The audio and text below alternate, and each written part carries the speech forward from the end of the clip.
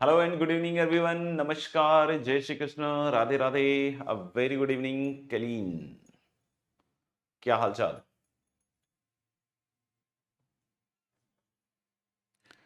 Good evening Shreya.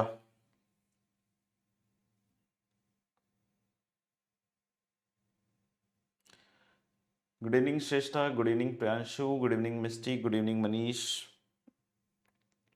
Good evening Bhargav. क्या हालचाल दोस्तों?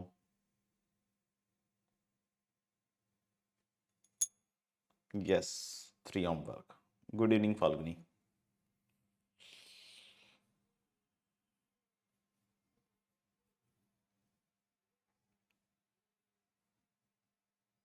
बढ़िया, ग्रेट। तो चलें शुरू कर दे सॉल्व करना। मुझे लग रहा है कि पहला जो सवाल था हमारा that was integral cos 5x plus cos 4x।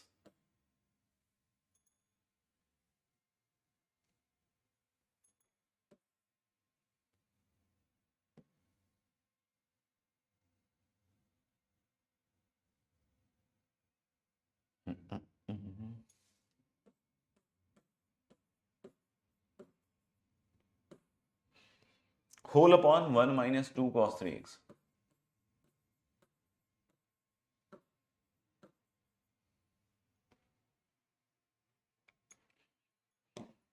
Good evening Hardik, good evening Piyush, है ना।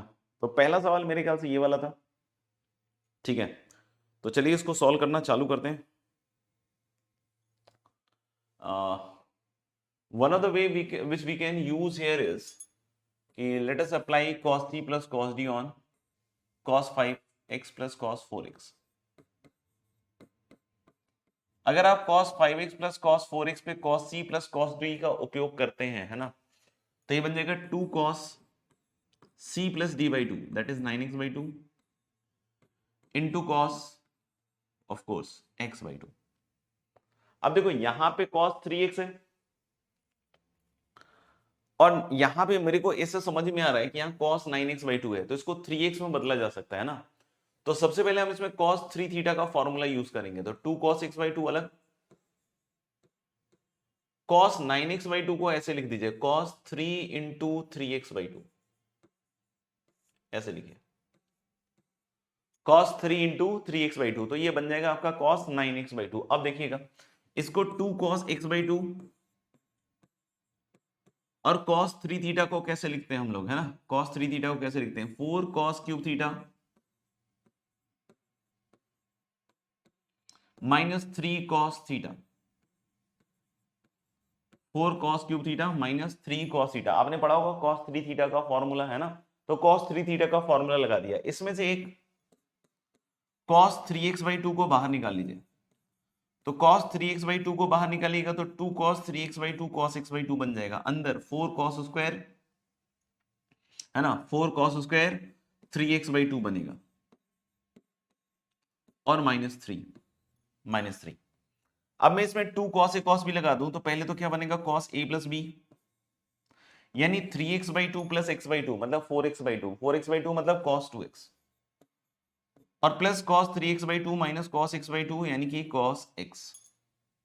ठीक है, इधर वाली जो चीज है ना इसमें से एक 2 हटा दीजिए, तो एक 2 हटाइएगा तो 2 cos स्क्वायर 3x बाई 2 है, तो 2 cos स्क्वायर 3x बाई 2 मतलब 2 cos स्क्वायर थीटा मतलब 1 प्लस cos 2 थीटा, तो 1 प्लस cos 2 थीटा मतलब 1 प्लस cos 3x। एक बार फिर से आपके लिए रिपीट कर देता हूं, एक बना आपका 2 cos स्क्वायर थीटा, तो 2 हटा दिया तो 2 cos square theta will become 1 plus cos 3x minus 3। तो यानी अब ये क्या बन रहा है देखना, cos 2x plus cos x, है ना, और इनटू क्या बनेगा 2 cos 3x और 2 माइनस 3 दैट इज -1। ये बन गया आपका, है ना, ये बन गया आपका। अब अगर हम लोग यहाँ पे सोच रहे हैं कि इंटीग्रेशन इसका लिखेंगे तो देखो ना cos 5x plus cos 4x upon लिखते हो तुम कितना 1 माइनस 2 cos 3x। तो जब बेटा इससे डिवाइड होगा इसमें तो आप राइट हैंड साइड देखो क्या है, ये है 2 cos 3x माइनस 1 और मैंने डिवाइड किया है 1 माइनस 2 cos 3x से, तो दोनों ऑलमोस्ट सेम ही है ना, बस माइनस साइन का अंतर है। तो यानी कि this will become minus of cos 2x plus cos x, समझना है ना। तो हम लोग बोलेंगे क्या कि ये इस तरह का कुछ बन जाएगा, दिख रहा है। तो हम लोग बोलेंगे अगर ये minus cos 2x plus cos x बन गया तो यानी कि इसका इंटीग्रेशन सिंपल हो गया ना, minus of cos 2x dx then minus of cos x dx, और cos 2x का कितना आ जाता है sin 2x/2 और minus sin x plus c। तो ये लिख लीजिए, फटाफट से लिख लिया हो तो डन कर दीजिए। तो दूसरे मेथड पे चलते हैं।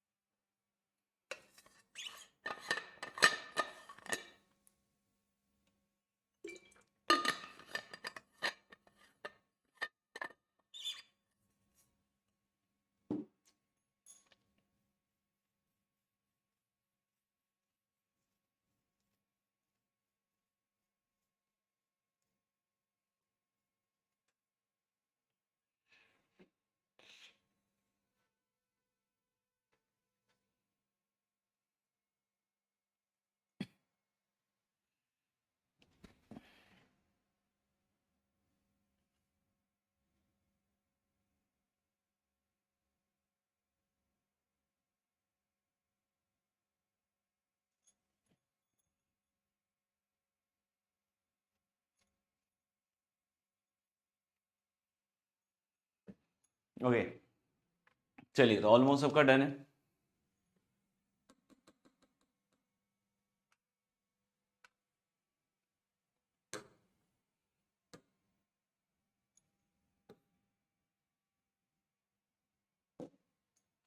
ओके, दूसरा हम लोग क्या बोल सकते हैं, ये जो cos 5x plus cos 4x है और नीचे है 1 माइनस 2 cos 3x।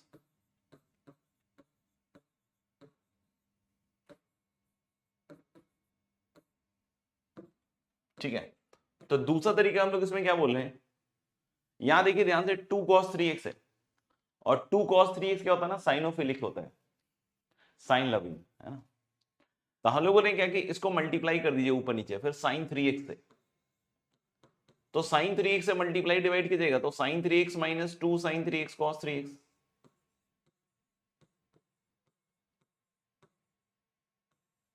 और ऊपर है आपका cos 5x plus cos 4x,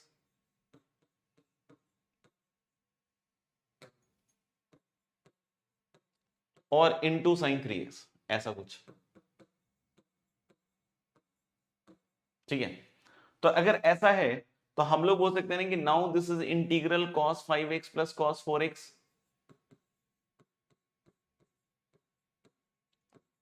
upon sin 3x minus sin 6x, ऐसा होगा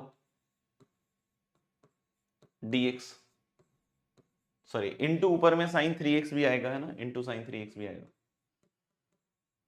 अब इसमें चुपचाप से cos c plus cos d और sin c plus sin c minus sin d लगा दीजिए। तो जैसे ही इसको लगाइएगा तो ऊपर फिर से देखिएगा 2 cos 9x/2 into cos x/2, है ना, और इधर देखिएगा इधर बनेगा sin c minus sin d। तो पहले आएगा 2 cos 9x/2 इंटू, है ना, यहां ध्यान रखिएगा एक माइनस साइन आएगा, 3x minus 6x is minus 3x, तो ये बनेगा minus sign 3x/2, sign minus 3x/2 होगा जो कि ये बनेगा। तब आप देख सकते हो ये जो cos 9x/2 है खत्म, ये 2 खत्म। अब देखो बेटा sin 3x में भी एक sin 3x/2 है, तो इसको मैं ओपन करके लिख देता हूं sin 3x को, 2 sin 3x/2 into cos 3x/2। अब खेल देखो, तो sin 3x/2 भी गया, एक माइनस साइन है नीचे जो कि बाहर आ जाएगा, और अगर आप ध्यान से देखो तो फिर से एक 2 बचा है यहाँ पे, और ये cos a cos ही बचा है, तो 2 cos a cos भी लगाइएगा तो फिर से cos 2x plus cos x बना देगा, और सीधा सीधा ये मेरे ख्याल से क्या हो जाएगा, इंटीग्रेट। तो यहाँ पे ये 2 cos 3x को देखकर एक sin 3x से मल्टीप्लाई डिवाइड करके भी आप सेम चीज सोच सकते हैं, है ना, आप सेम चीज सोच सकते हैं। ठीक है,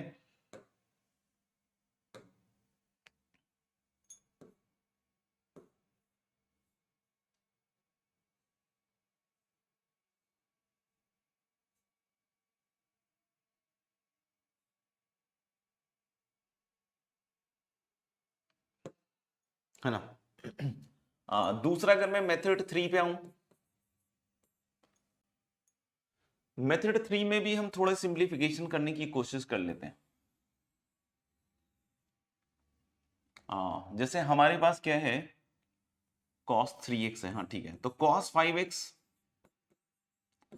प्लस इसमें cos x कर दो, और इसमें भी cos 3x बना लेते हैं, cos 4x plus cos 2x कर लो। अगर आपने cos x और cos 2x जोड़ा है तो ऊपर घटाना भी पड़ेगा, minus of cos x plus cos 2x and whole upon, है ना, कितना है 1 minus 2 cos 3x dx। Check कर लीजिए। नाउ यू कैन सी यहां पे हमारे पास क्या बनेगा बच्चों, cos c plus cos d, मतलब 2 cos 3x into cos 2x, फिर क्या बनेगा इधर से 2 cos 3x into cos x। ठीक है यहां तक। अब देखना, माइनस ये बनेगा cos x cos 2x, cos x plus cos 2x,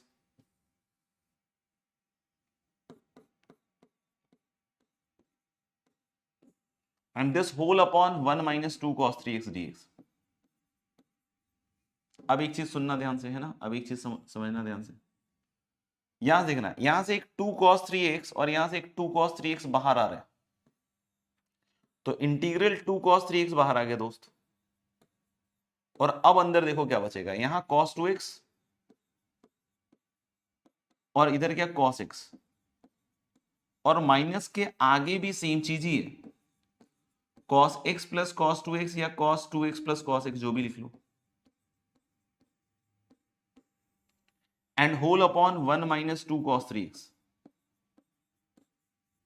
और जैसे ही अब आप इसमें से, है ना, ध्यान से देखिएगा, क्या कॉमन निकलेगा इस बार, cos 2x plus cos x निकालेगा कॉमन, है ना, इस बार क्या निकालेगा, cos 2x plus cos x,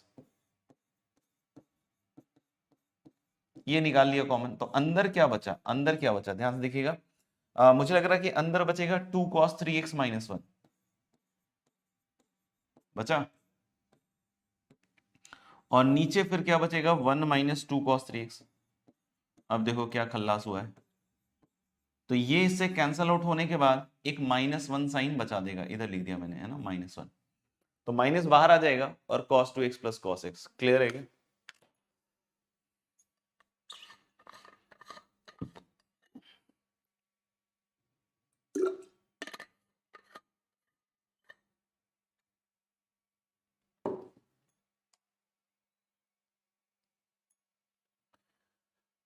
देख लीजिएगा, लिख लीजिएगा तो बता दीजिएगा।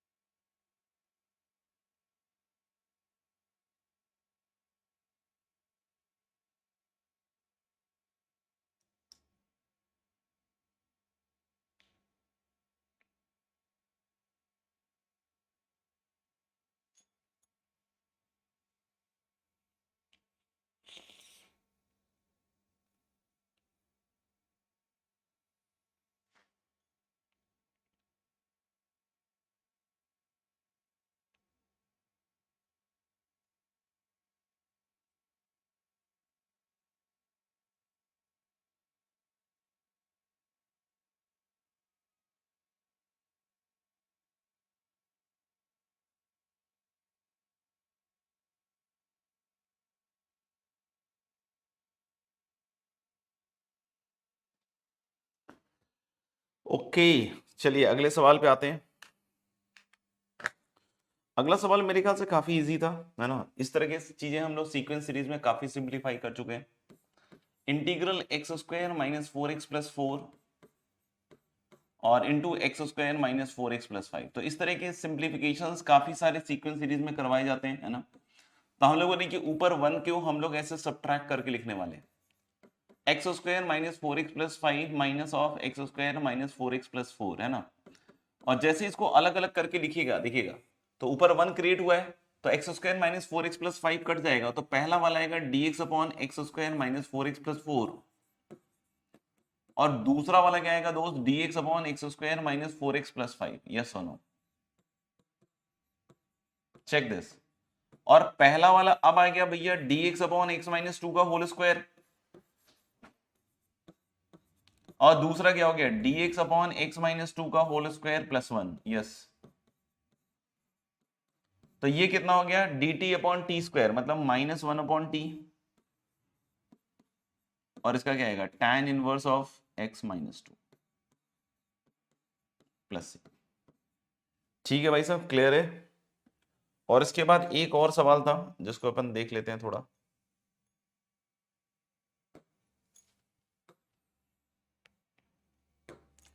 Next question was integral dx upon 2x minus 3, और रूट अंडर के था, अंदर था x माइनस 3 x माइनस 4, तो x square minus 7x plus 12 ऐसा था, x square minus 7x plus 12, है ना। अब इसको हम लोग क्या कर रहे हैं ना बच्चों, यहां पे 2x माइनस 3 था, सॉरी 2x माइनस 7 था, वही मुझे लगा। यहां पे हम लोग 2x माइनस 7 का स्क्वायर बना सकते हैं, एक 2 से मल्टीप्लाई डिवाइड कर लो, तो now this is dx upon 2x minus 7, और 2 को जब अंदर ले जाओगे ना तो रूट अंडर के अंदर क्या आएगा, 2 के अंदर, अंदर जाते ही 2 अंदर जाते ही 4 बन गया, तो 4 बन गया तो 4x square minus 28x plus 48, plus 48, समझ में आ रही होगी बात, है ना। अब देखना, अब अगर हम लोग बात करें कि क्या ये परफेक्ट स्क्वायर में बदल रहा है, तो थोड़ा थोड़ा तो बदल जाएगा तो देखना रूट अंडर, ये देखो 4x स्क्वायर माइनस 28x देखकर बिल्कुल 2x माइनस 7 के होल स्क्वायर में बदल जाएगा बिल्कुल, लेकिन कुछ और भी आएगा कांस्टेंट में। आप देखो a माइनस बी का होल स्क्वायर लगाओ तो कितना आएगा 4x square, 7 into 2 14 into 2 minus 28x, और प्लस आएगा 49, जबकि वहां पे 48 है तो माइनस 1 करना पड़ेगा। तो आपको एकदम plain and simple loving integrand दिख रहा होगा, dt upon T into root under T square minus 1। फिर से एक बार सुन लीजिएगा, dt upon T into root under T square minus 1 क्या होता है सेक इनवर्स टी। तो अगर ये सेक इनवर्स टी होता है तो this is sec inverse 2x minus 7, और किसके कोएफिशिएंट से डिवाइड करना है ना भूलें दोस्तों, x के। तो इसका आंसर आ जाएगा sec inverse 2x minus 7 plus सी।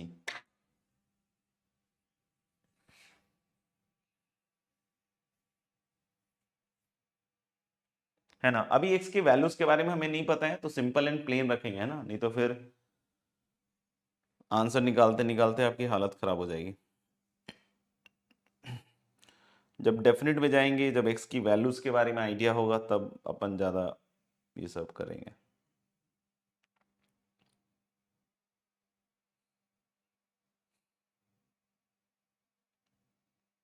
चलिए आगे बढ़ते हैं, लिख लिया हो सबने तो।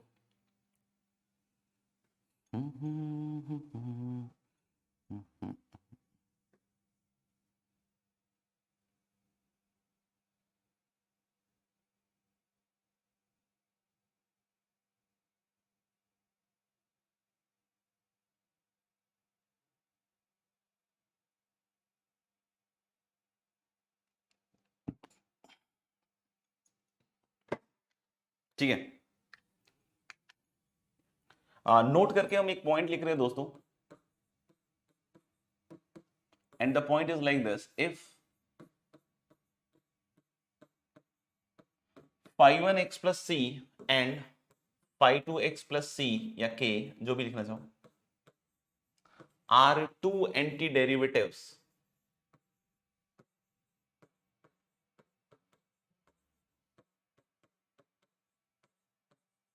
of fx, है ना, है ना। यहाँ पे सी भी लिख सकते हो क्योंकि जनरली हम सी ही लिखते हैं, ऐसा कोई दिक्कत नहीं है, ठीक है ना। मतलब क्या कह रहा है कि integral F x D x मान लीजिए कि आ गया 5(1)x प्लस सी, या फिर कोई बोलता है कि integral F x D x आ गया सर 5(2)x प्लस सी। तो देखो ये तो पक्की बात है, ये तो पक्की बात है, सुनिएगा ध्यान से, ये तो पक्की बात है, ठीक है ना, ये तो बहुत पक्की बात है कि इसके डेरिवेटिव्स जो होंगे वो एफ एक्स होगा, है ना। ये तो पक्की बात है ना, आप भी समझ रहे होंगे इस बात को कि जो 5(1)x प्लस सी का डेरिवेटिव और 5(2)x प्लस सी का डेरिवेटिव दोनों क्या होंगे, एफ एक्स होंगे। यस और no, that is very obvious. तो what can I say about 5(1)x minus 5(2)x? What should I से?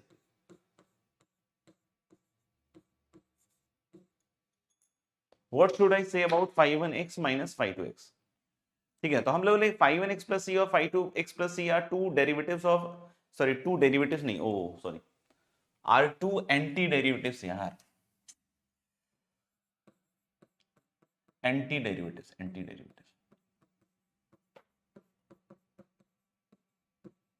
and are two anti derivatives of fx, है ना। तो what should I say about 5(1)x minus 5(2)x?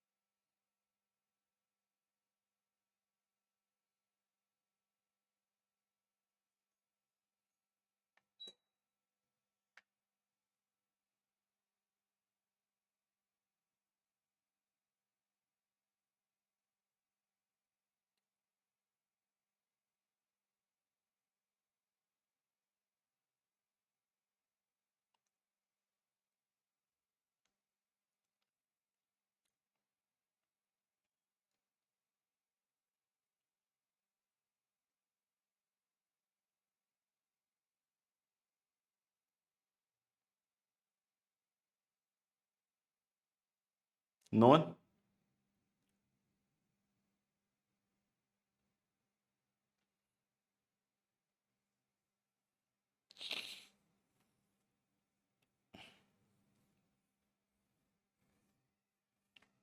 Yes, very good.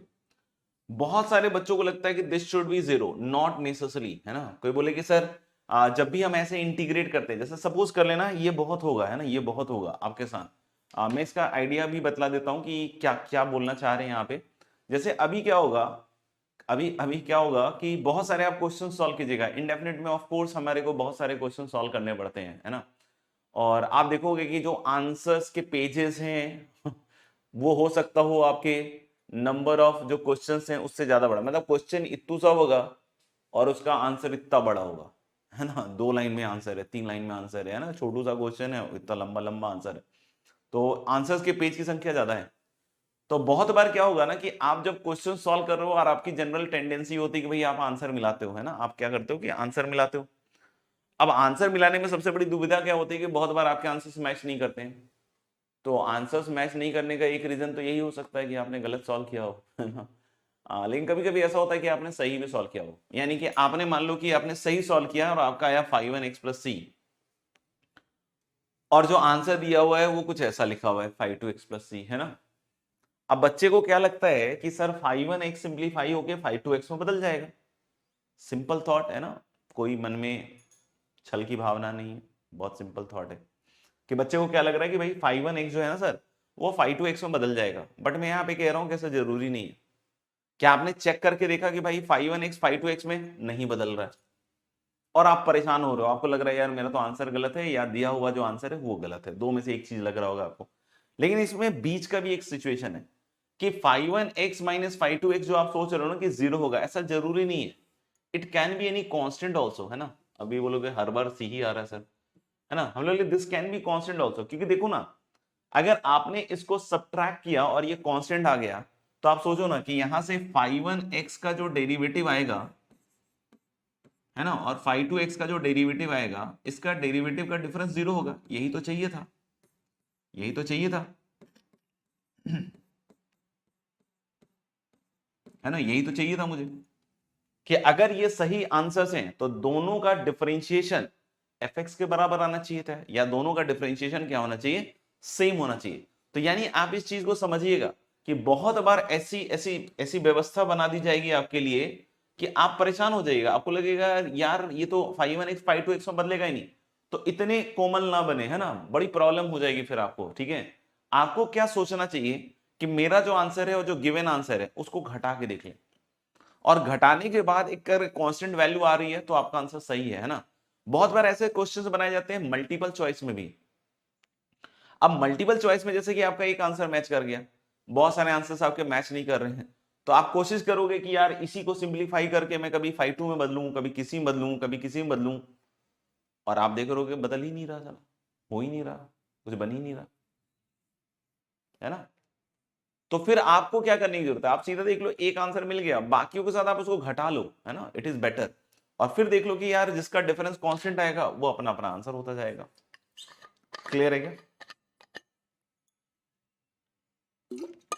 तो आगे answer ना मिले तो क्या करना है भाई आगे आंसर नहीं मिले तो सिंपल सी बात है कि पहले तो चेक कर लें कि सही किया है कि नहीं किया है। सही नहीं किया है तब तो सही करो, और मान लो कि आपको लग रहा है कि सब सही है, उसके बाद भी आंसर नहीं मिल रहा है, तो आंसर के साथ घटा के देखिए, और घटा के अगर कांस्टेंट आ रहा है तो ऑल द बेस्ट, आगे बढ़े।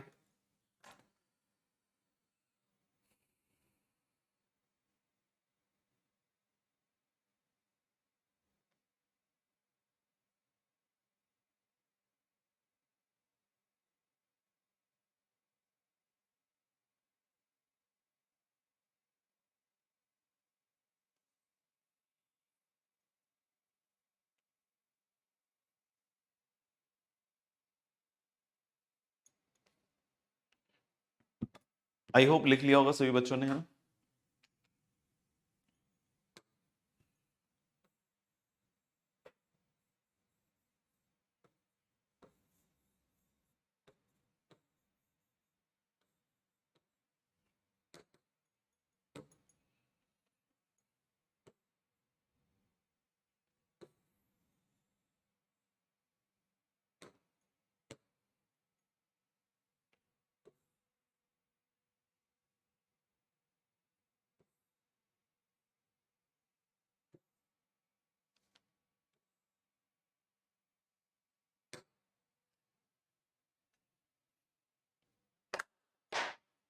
ठीक है, next we are talking about TOI. आप समझ ही गए होंगे, टाइम्स ऑफ इंडिया, है ना।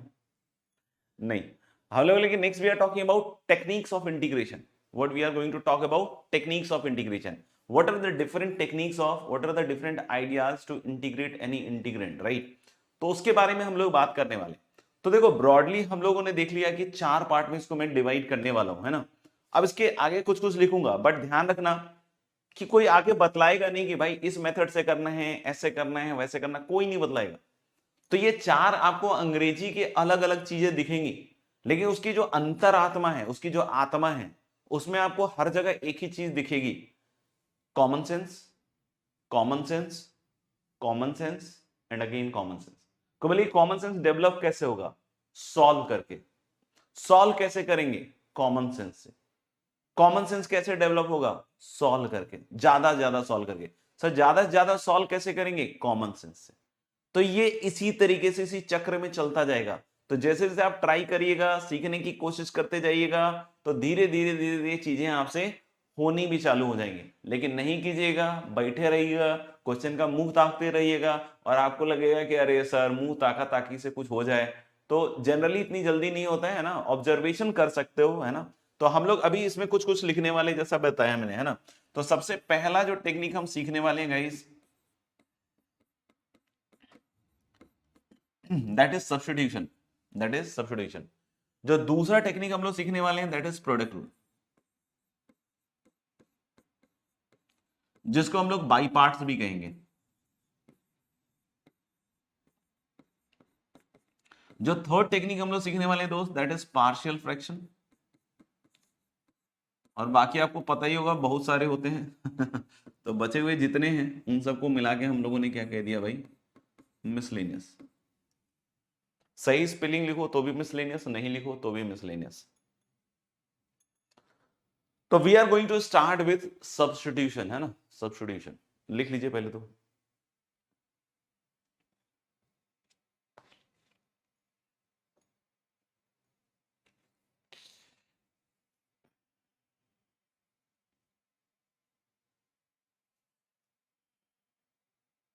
ठीक है, तो अब हम लोग स्टार्ट करने वाले हैं सब्स्टिट्यूशन, मेथड ऑफ सब्स्टिट्यूशन।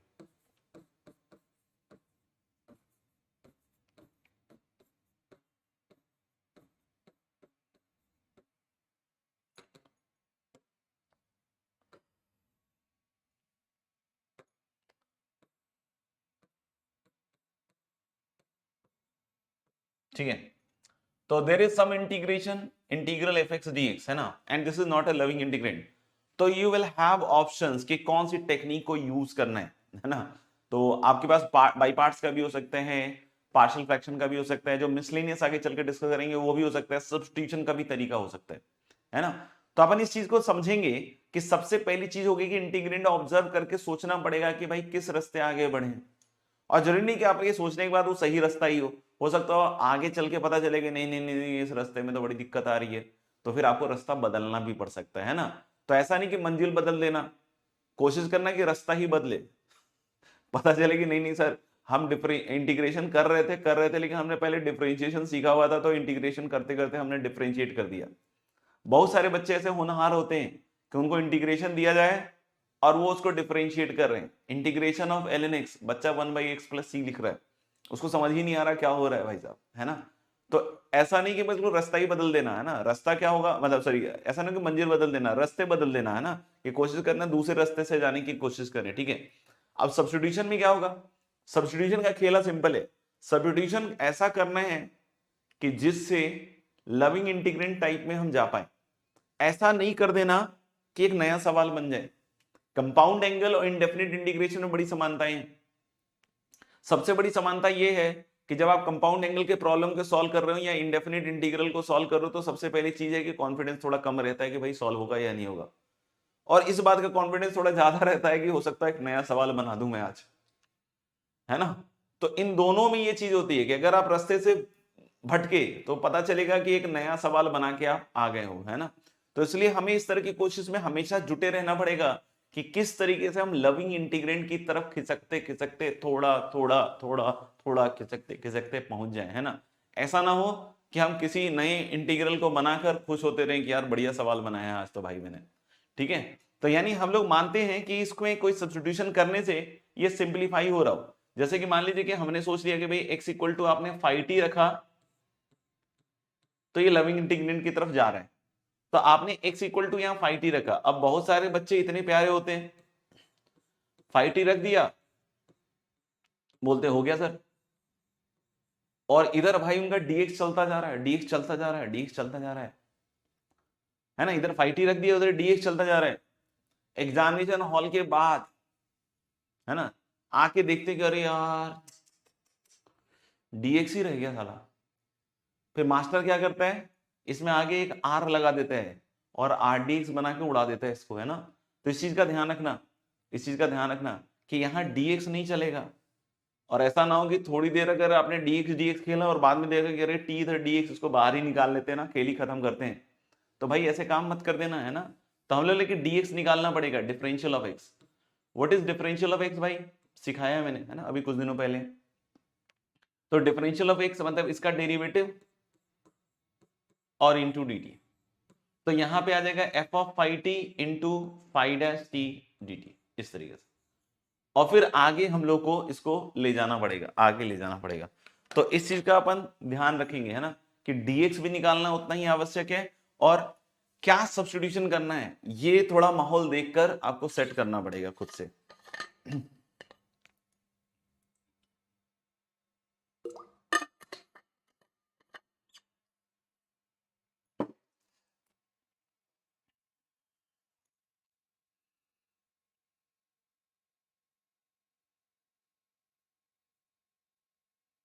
ध्यान रखना बेटा, एक्स डी और dx में थोड़ा अंतर है ना, तो ऐसा नहीं कि dx लिखते लिखते एक बार बीच में एक्स डी लिख देना।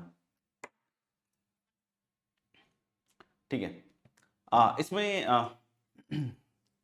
कुछ सवालों से हम स्टार्ट करते हैं।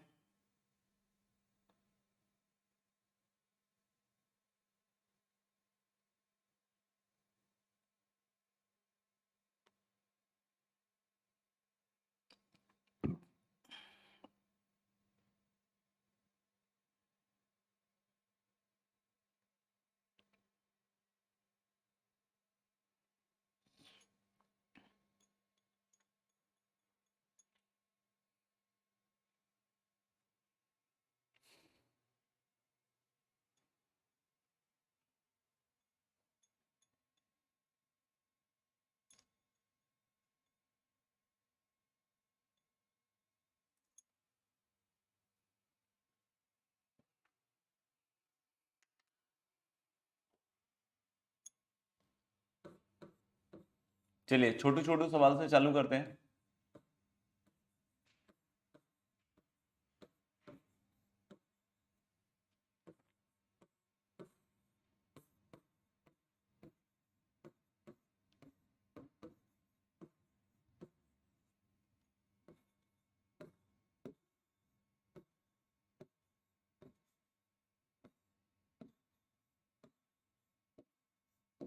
करेंगे भैया।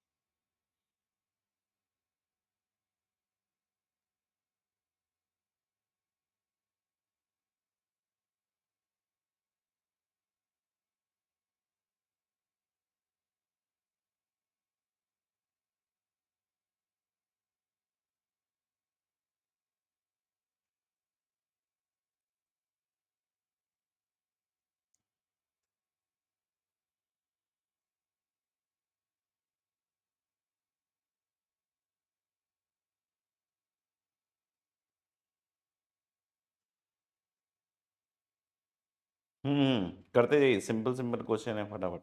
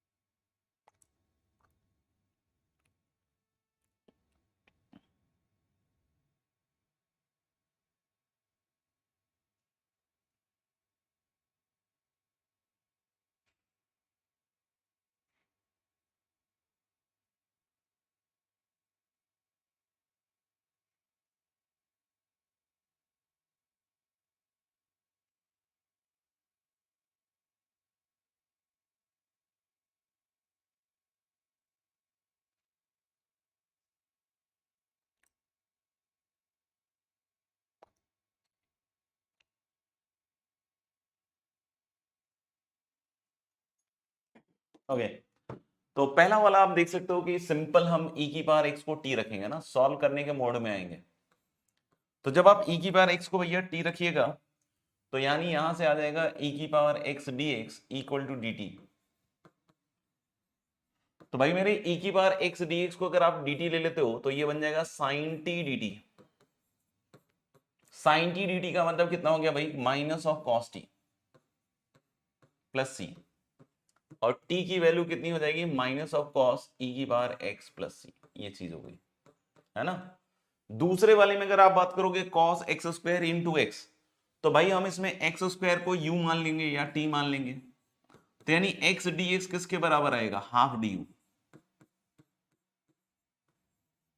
तो यानी ये चीज बन जाएगी आपकी कितनी, cos u, और x dx हो गया हाफ du, मतलब हाफ cos u का sin u, और u कितना है x स्क्वायर, तो half sin x square plus c।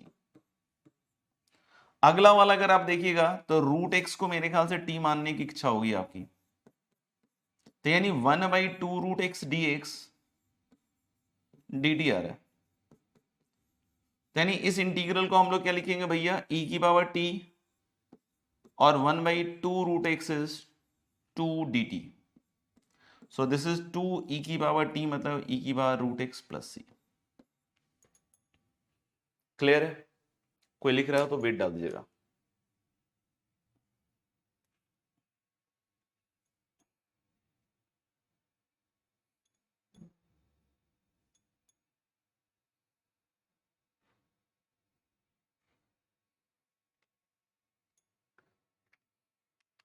चलिए,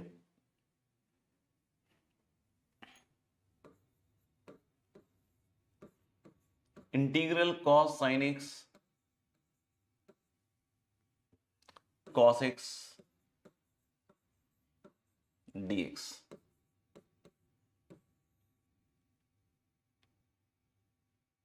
इंटीग्रल tan इनवर्स x का होल स्क्वायर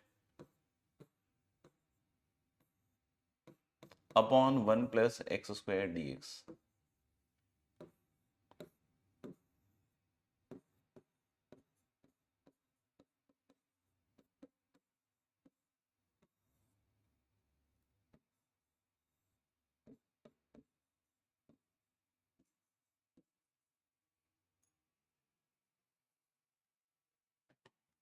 करिए भैया।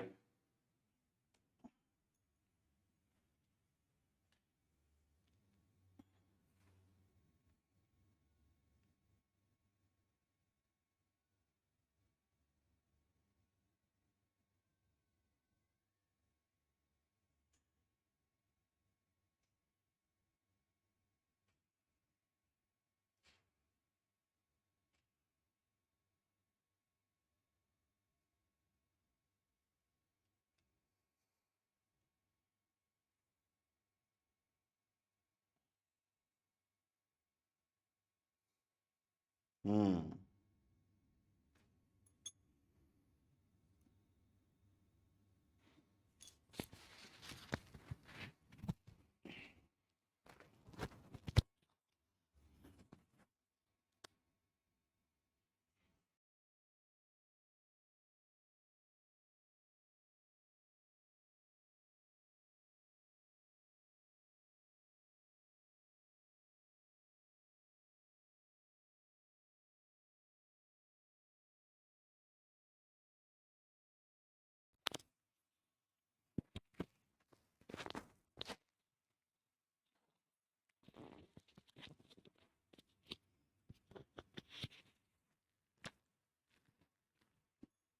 ठीक है, बिल्कुल ठीक है।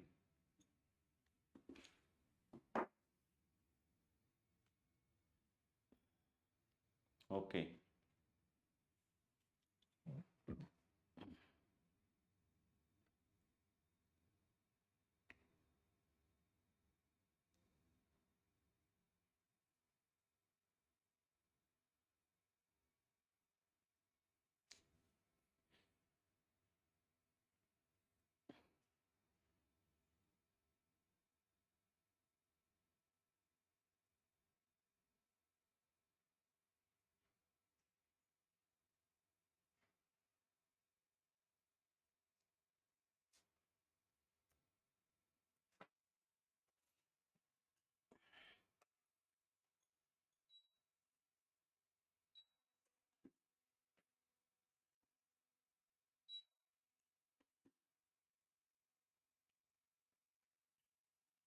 यस। इस वाले में हम लोग क्या कर सकते हैं बच्चों, इस वाले में हम लोग क्या कर सकते हैं कि जो साइन एक्स है ना उसको टी मान लें। तो साइन एक्स को टी मानते ही देख रहे हो ना, डेरिवेटिव का आइडिया अगर आपको है तो cos x dx अपने आप किस में निकल रहे हैं, dt में। अच्छा, तो यानी ये चीज किसके बराबर बन जाएगी, cos of t dt। cos of t का मतलब sin t, और t खुद क्या है भैया, sin x। तो sin of sin x plus c। ठीक है, फिफ्थ वाले में साफ साफ दिख रहा है कि tan इनवर्स x का डेरिवेटिव है ये 1/1 प्लस एक्स स्क्वायर। तो tan इनवर्स x को t मानेंगे और इसका डेरिवेटिव बनेगा भैया 1/1 plus X square dx and that is dt। So this integral will be t square dt। मतलब क्या भाई, t³/3। टी क्यूब मतलब कितना हो गया, tan इनवर्स x का whole cube by 3 plus C, है कि नहीं। अगले वाले में अगर हम बात करें तो बेटा साइन इनवर्स x को मान लीजिए आप t, तो जैसे ही साइन इनवर्स x को आप t मानिएगा तो साइन इनवर्स x का डेरिवेटिव कितना हो जाएगा, 1/√1 minus X square DX and that is dt। तो यानी यहां से हमारे पास इंटीग्रल क्या आया, cos t dt, और cos t का इंटीग्रल क्या हो जाएगा, sin t, मतलब sine of sine inverse x plus c. देख लो,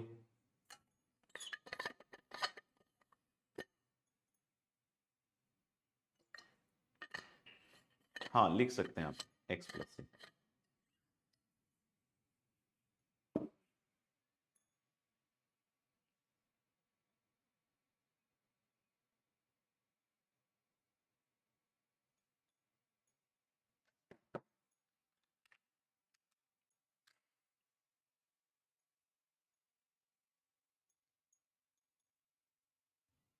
सेवन,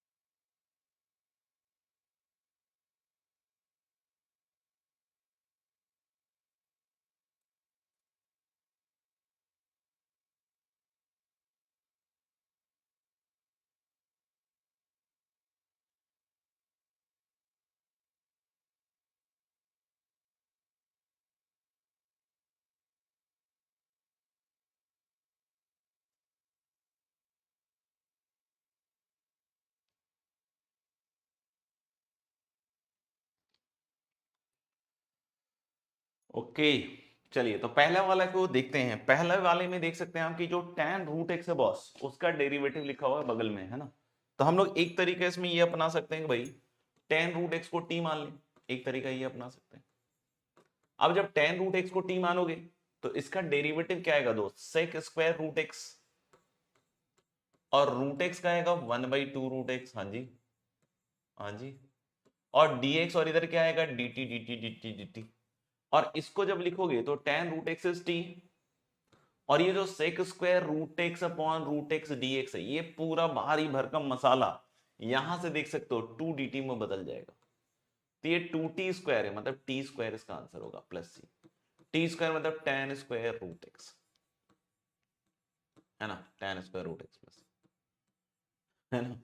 और हम लोग बोल सकते हैं जो एक और तरीके से इसको हम सोच सकते हैं कि इसमें हम लोगों ने मान लो कि ऐसे सोच लिया एक, तो दूसरा हम इसमें ऐसे ही बोल सकते हैं। अच्छा, कोई बोले रूट एक्स को टी मान के मैंने स्टार्ट किया था, तो फिर आपको दो सब्स्टिट्यूशन लगेंगे, है ना। कोई अगर रूट एक्स को टी वी मानते हुए चल रहा है तो दो सब्स्टिट्यूशन आप मान के चलिए, है ना। दूसरा ये हो सकता है कि हम इसमें सेक रूट एक्स को भी टी मान के चल सकते हैं, या यू। तो यानी सेक रूट एक्स का डेरिवेटिव क्या आता है boss, sec root X tan root X upon tan root X dx, and that is equal to D, ऐसा बनेगा। तो यानी ये इंटीग्रल किस में बदल गया, तो एक सेक रूट एक्स, एक tan और एक रूट एक्स बिल्कुल खत्म हो जाएगा ना, और वो बन जाएगा आपका, सॉरी, वो आपका क्या बन जाएगा बताओ एक बार। हाँ, वो आपका बन जाएगा कितना, 2du, और एक सेक रूट एक्स यू बन जाएगा, है ना। तो यानी फिर से यू स्क्वायर आएगा, मतलब sec square root x plus c. अब बहुत बार जल्दबाजी में तो क्या होता है ना, बच्चों को लगता है अरे सर ये तो tan सेक सेम कैसे हो जाएगा tan और सेक, और आंसर फिर गलत हो गया, है ना। तो बहुत बार क्या होता है कि बच्चों को ऐसा लगता है, मान लो कि मैंने आंसर में लिखा हुआ है, आंसर की में sec square root x plus c, और जल्दबाजी में बच्चा इतना दिमाग नहीं लगा पाता, उसको लगता है tan और सेक सेम थोड़ी होते हैं सर, यानी कि मेरा आंसर ही आ रहा है tan स्क्वायर रूट एक्स, तो गलत है। जबकि तो सिंपल दिख रहा है सर सही है।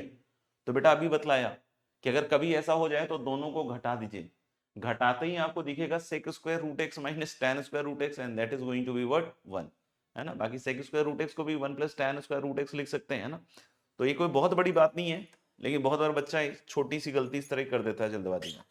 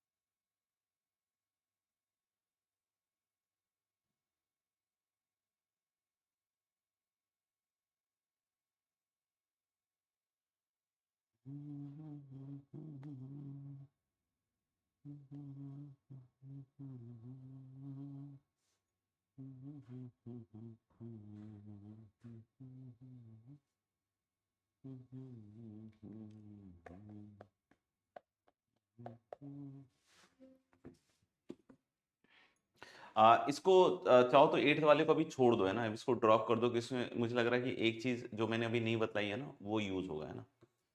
तो इसको भी छोड़ दो, इसको कर लो नाइन्थ वाले को, इसको भी ड्रॉप कर दो, है ना, इसको भी ड्रॉप कर दो।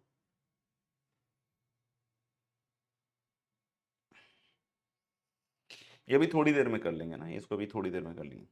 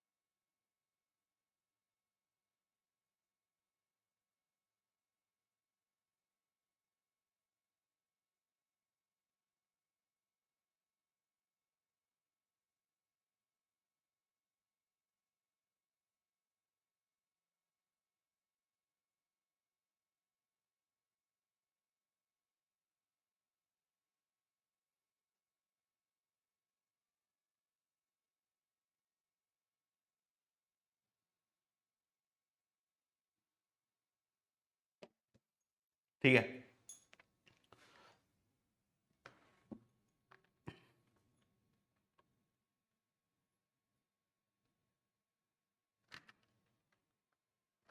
यस इस वाले को कर लेते हैं ना, इसको बाद में कर लेंगे। तो इसमें जैसे ही आप x sin x plus cos x को कुछ मानिएगा, आपको ऊपर डेरिवेटिव का एहसास होगा, है ना। तो x sin x का डेरिवेटिव हो जाएगा x cos x plus sin x, product rule, है ना। x sin x का प्रोडक्ट रूल और cos x का minus sin x, dx equal to du। तो मेरे ख्याल sin x कट गया, और यहां से मेरे ख्याल से बन रहा है integral x cos x dx is du upon u square. du upon u square मतलब कितना हो जाएगा बच्चों, -1 अपॉन u। -1 अपॉन u मतलब -1 upon x sin x plus cos x।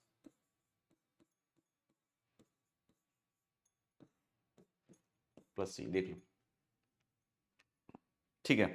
अब आगे हम लोग दो लविंग इंटीग्रेंट पे बात करने वाले दोस्त, है ना।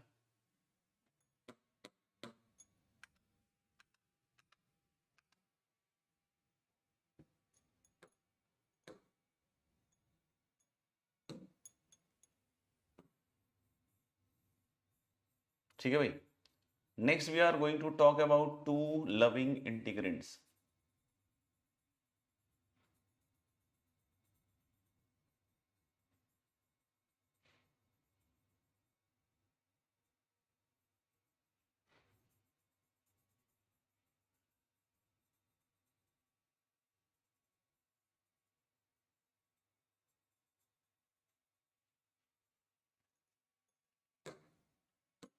ठीक है, पहला है integral tan x dx। tan x dx का इंटीग्रल होगा guys ln modulus of sec x plus c। इसकी शायद कमी महसूस हो रही होगी उस पर्टिकुलर सवाल में, है ना। और दूसरा है आपका integral cot x dx। cot x का इंटीग्रल हो जाएगा ln modulus of sin x plus c, है ना, ln modulus of sin x plus c। अब बोलोगे सर कैसे होगा ये, तो इसको आप सिंपली इंटीग्रेट ऐसे कर सकते हो कि tan x को लिख दो भैया sin x by cos x। Loving integrant है, बिल्कुल डायरेक्ट याद रखना है, डायरेक्ट। और sin x upon cos x अगर लिख देते हो तो cos x का डेरिवेटिव ऊपर लिखा हुआ है, तो cos x को मान लीजिए t। अच्छा सर, तो cos x का डेरिवेटिव आ जाएगा minus sine X dx equal to minus dt ऐसे। तो cos x का माइनस साइन एक्स जो आएगा उधर जाके माइनस dt बन जाएगा, यानी ये इंटीग्रल बना भैया minus of dt upon t. Minus of dt upon t मतलब माइनस ln mod t प्लस c, और यानी कि this is minus ln mod of cos x। इस माइनस को अंदर ले जाओगे ना, है ना, माइनस को अंदर ले जाओगे तो ये 1 अपॉन मॉड cos x हो जाएगा, मतलब ये ln modulus sec x plus c बन जाएगा। तो बच्चों ये दोनों के दोनों लविंग इंटीग्रेंट हैं, और ये सभी बच्चों को एज इट इज यूज करना आना चाहिए, मतलब हमें याद याद रखना है, याद याद रखना है।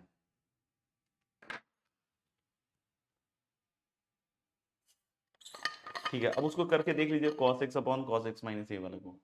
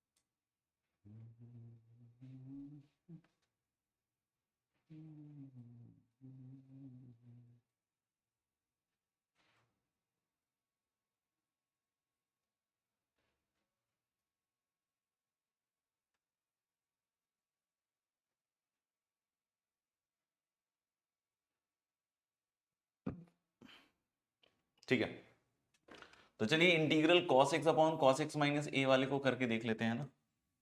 तो देखो इसमें क्या दिक्कत आ रही है कि अगर ये cos x माइनस ए ऊपर होता और cos x नीचे होता ना तो मजा आ जाता। अब बोलते हो सर कैसा मजा आ जाता है कि अगर ऊपर cos x माइनस ए है और नीचे cos x है तो कैसे मजा आ जाता।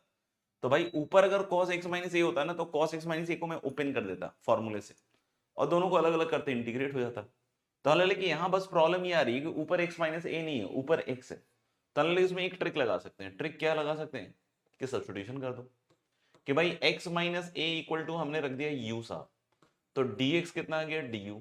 अच्छा, तो ऊपर अब इंटीग्रल में cos x बना तो cos x क्या हो गया, cos x हो गया u प्लस ए, और नीचे क्या बन गया cos u। यही तो चाहते थे कि ऐसा कुछ हो जाए, हो गया।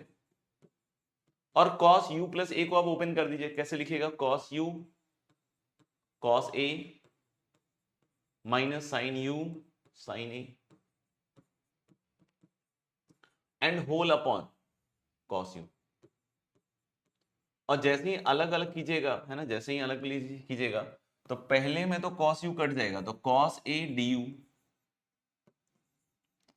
और माइनस साइन a और sine u upon cos u क्या बन जाएगा tan u, है ना। अब ऐसे नहीं कि cos a का इंटीग्रेशन sin a कर दीजिएगा भाई integrate with respect to u हो रहा है, ये cos a कांस्टेंट है तो cos a into U minus sine a into ln second u, है ना।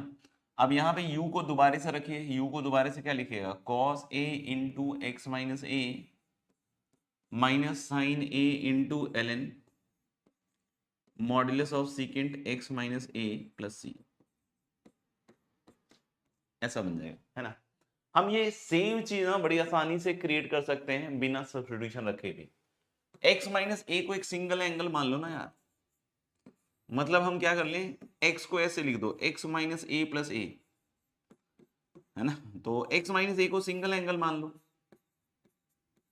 And now the same thing इसको cos x माइनस ए को x माइनस ए को सिंगल एंगल मानिएगा तो इसको कैसे लिखेगा अब ऊपर वही cos x minus a cos a और minus of sine x minus a sine a without any kind of substitution and whole upon cos of x minus a. अलग अलग कीजिए, तो अलग अलग करते ही सबसे पहले आएगा cos a dx, तो cos a dx मतलब cos a इंटू एक्स और minus sine a tan x minus a, तो that is ln modulus of secant x minus a plus c, ऐसे, ठीक है ना ऐसे।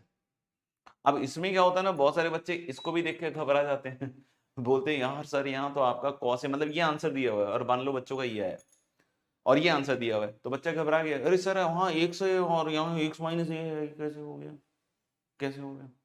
तो भाई कुछ ज्यादा नहीं है यार, a इंटू कॉस ए जो है ना ये कांस्टेंट चीज है, तो इससे कोई फर्क नहीं पड़ने वाला है ना, देख लीजिएगा।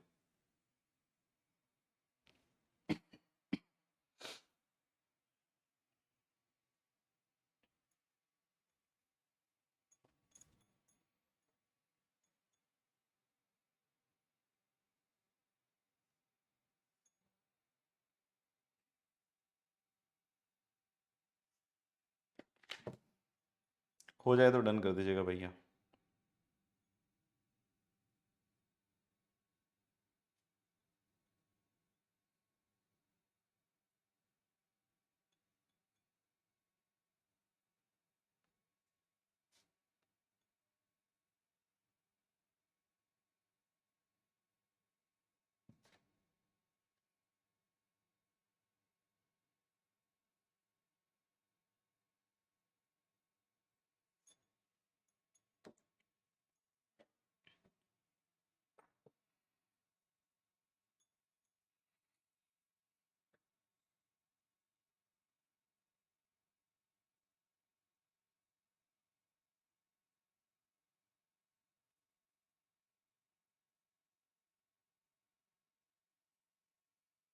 चलो भाई आगे बढ़ते हैं फिर।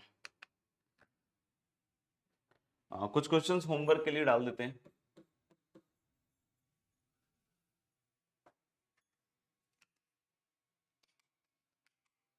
ये 9 नंबर तक हो गया ना।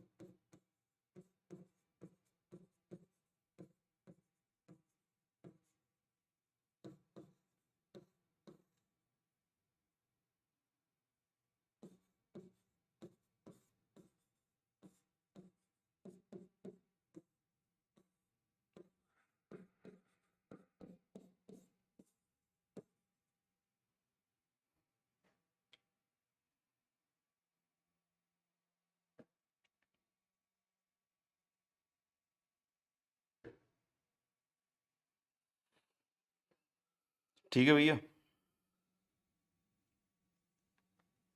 तो इसको लिख लीजिएगा होमवर्क के हिसाब से और बताइएगा क्या क्या डिस्कस करना है आज। मेरे ख्याल से मैंने लिखा ही हुआ है।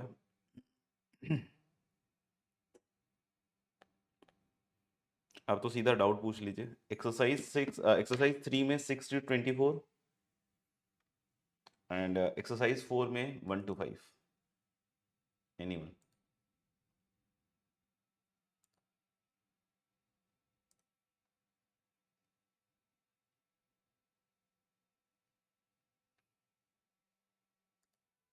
Application of derivative,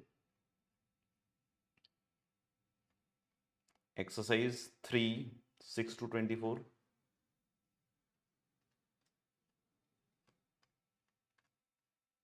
and exercise 4 1 to 5 में कोई पूछना हो तो बताएंगे।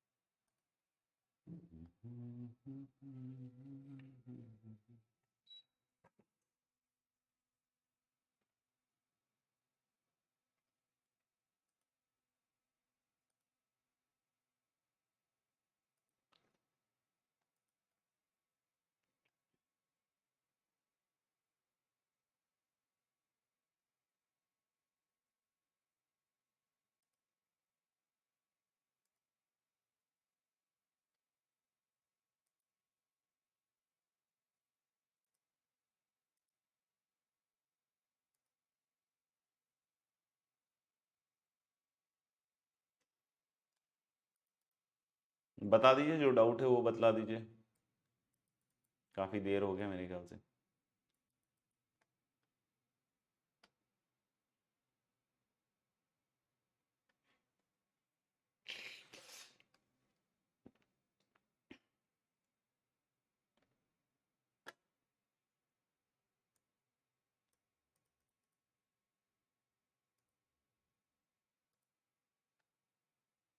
किसी में कोई डाउट नहीं? चलिए बढ़िया, बहुत बढ़िया। तो इसमें सवाल कर लेते हैं आगे। इन्हीं को अभी कर लेते हैं, ठीक है ना, 10-15 मिनट है अभी, फिर होमवर्क दे देते हैं।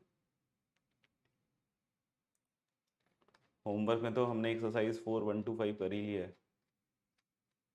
तो 6 से लेकर 19 है इसमें।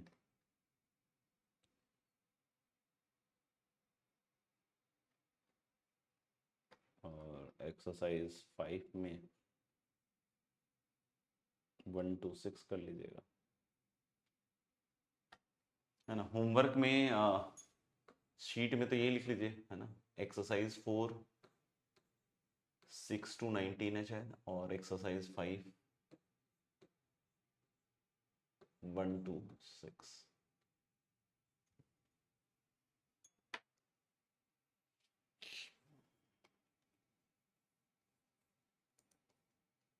है ना। चलिए, नहीं तो कल ही मिलते हैं, कल ही करते हैं, बाकी ये होमवर्क्स वगैरह हैं। तो कल करते हैं डिस्कस इन सारे सवालों को, ठीक है भाई। तो आज के लिए इतना ही, मिलते हैं फिर। Bye bye, take care, see you all, good good night, bye.